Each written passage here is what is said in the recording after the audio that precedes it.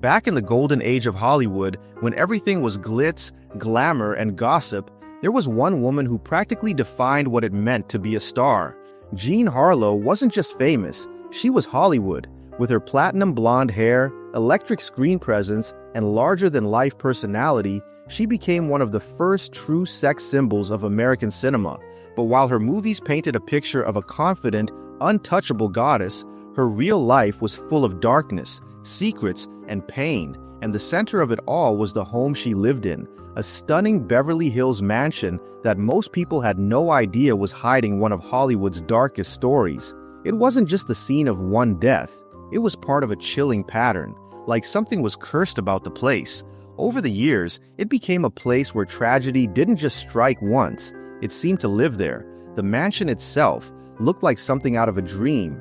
From the outside, it had everything you'd expect from a movie star's home in the 1930s. White pillars, manicured hedges, giant windows, and a big sweeping driveway perfect for flashing lights and glamorous arrivals. Inside, it was even more luxurious. Marble floors, a grand staircase, chandeliers, and a kind of elegant silence that made you feel like you were standing inside a movie set. But there was something else there too. Something you couldn't see, but that people said you could feel. A heaviness in the air, like the house already knew what was coming. Because before Jean Harlow even had time to get used to living there, her husband, Paul Byrne, was found dead in their bedroom. And that moment would change everything.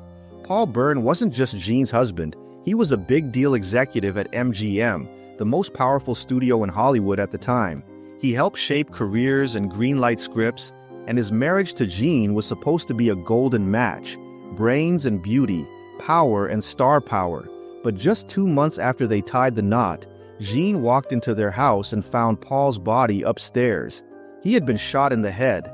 There was a note sitting nearby, and the way it was written made everything even more confusing. It was cryptic, almost like a riddle, apologizing for being a failure and for this world not understanding him. MGM wasted no time spinning the narrative. They called it a tragic suicide. The story they pushed was that Paul Byrne had felt inadequate next to Jean Harlow, and it drove him to kill himself. But almost nobody really believed that.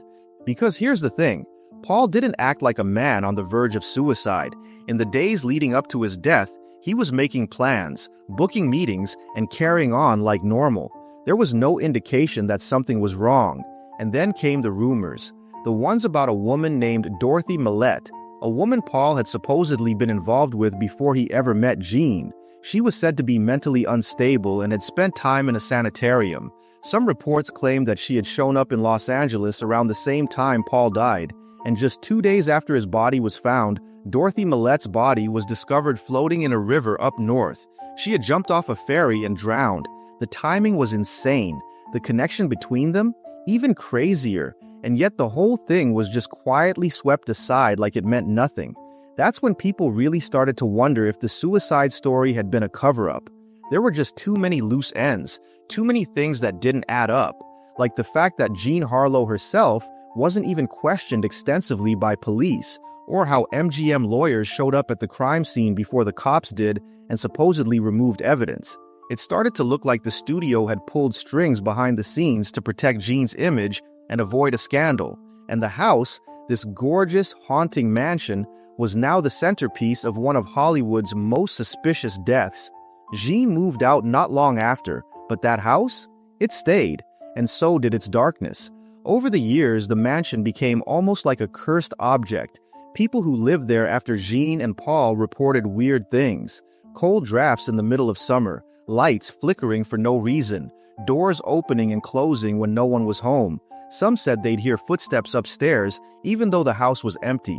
And there were even sightings, figures in the hallway, shapes in mirrors, voices in the night. But it wasn't just spooky ghost stories. The place also had a knack for attracting real-life tragedy.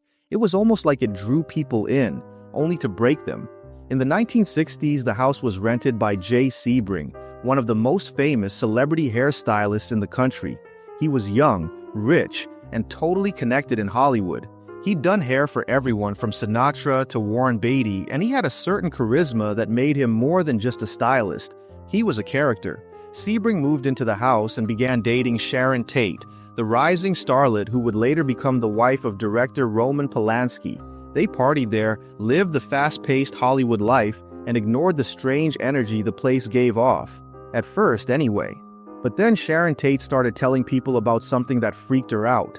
She said that one night while Jay was away, she was alone in the house and saw a ghost. She described it in detail, a shadowy man, silent, standing in the hallway, just staring. She said she felt cold all over, like she couldn't breathe. She believed it was the spirit of Paul Byrne. She told friends about it, and years later, after she was brutally murdered by the Manson family, people went back to that story and started connecting the dots. She hadn't died in the mansion, but she'd been deeply affected by it. So had Jay Sebring, who was murdered alongside her. It was another layer of death tied to that same house. Even Jean Harlow's own story ended in tragedy. After Byrne's death, she kept working, kept smiling for the cameras, and kept trying to move forward. But something in her seemed different. She wasn't as bubbly as before. She looked tired, more fragile. In 1937, while filming a movie, she suddenly became seriously ill. At first, people thought it was something simple, just the flu or maybe food poisoning. But within days, she was hospitalized and diagnosed with kidney failure. Back then, there weren't any treatments for that. She died a few days later. She was only 26. Her death shocked the country, but for people who knew what she'd been through, the marriage, the scandal, the mansion, it almost felt like a tragic ending that had been coming for a while. Today, that mansion still exists. It's been remodeled, sold, leased out, and renamed, but the stories haven't gone away. People still talk about the strange energy there. Some believe the house is cursed, that all the pain and violence that happened inside its walls never really left. Others think it's just coincidence, bad luck wrapped in gossip. But either way, no one ever stays there long. Tenants come and go. Celebrities rent it for a few months and then vanish. It's like something pushes them out. When people talk about Hollywood tragedies, they usually bring up things like the Black Dahlia or Marilyn Monroe, but the story of Jean Harlow and that mansion is one of the eeriest, most quietly disturbing stories of them all, because it wasn't just one tragedy, it was a chain of them, one after the other, all linked by this one beautiful cursed house that somehow managed to stay standing while everyone connected to it fell apart. And no matter how many years pass, the shadows in that place, they're still there.